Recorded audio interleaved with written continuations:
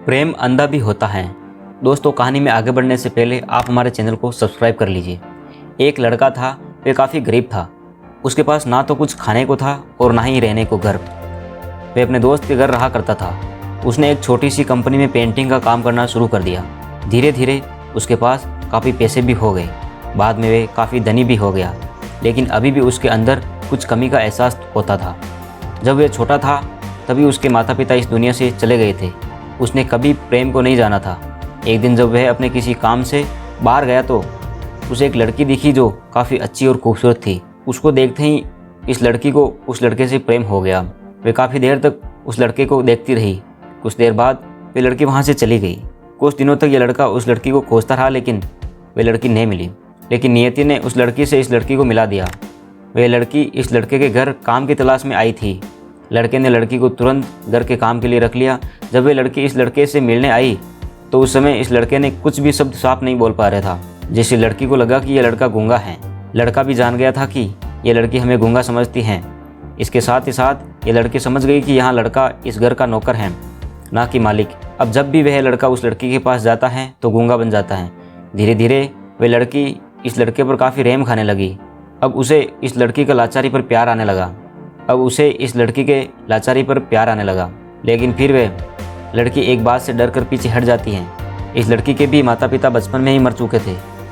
इस लड़की को इसके चाचा ने पाला था और वह चाहता था कि वे जब तक जिंदा रहें ये लड़की उनके खाने पीने का पैसा दे। लड़की का प्रेम हद से भी बाहर जाने लगा। लड़के को एक खांसी पर भी वे लड़की दौड़े उस लड़के के पास पहुंच जाती थी। अब लड़का भी समझ गया कि इस लड़की को मुझसे प्रेम हो गया है। लड़का भी बहुत ज़्यादा उस लड़के से प्रेम करता था। उसने पहले लड़की के बारे में सब कुछ पता किया। जब उसे सब पता चल गया तो वह बहुत रोने लगा, क्योंकि उसने गूंगे होने का झूठ बोला था। अब वह दिन रात रोने लगा। लड़की अपने सैलरी में से लड़के का इलाज करवाने को कहती। एक दिन सुबह ही उस लड़की को पता चला कि वह लड़का हॉस्पिटल में भर्ती है। जब दौड़ते हुए हॉस्पिटल में पहुंची तो उसने देखा कि लड़का बेड पर बेहोश पड़ा है। उसके आसपास काफ़ी मशीन लगी हुई है। जब लड़की डॉक्टर के पास पहुंच गई तो वहां पर डॉक्टर ने उसे बताया कि लड़का अब बोल नहीं सकता। उसने अपनी जीभ काटने की कोशिश की है। इसके साथ ही उस डॉक्टर ने उस लड़की को एक पत्र दिया।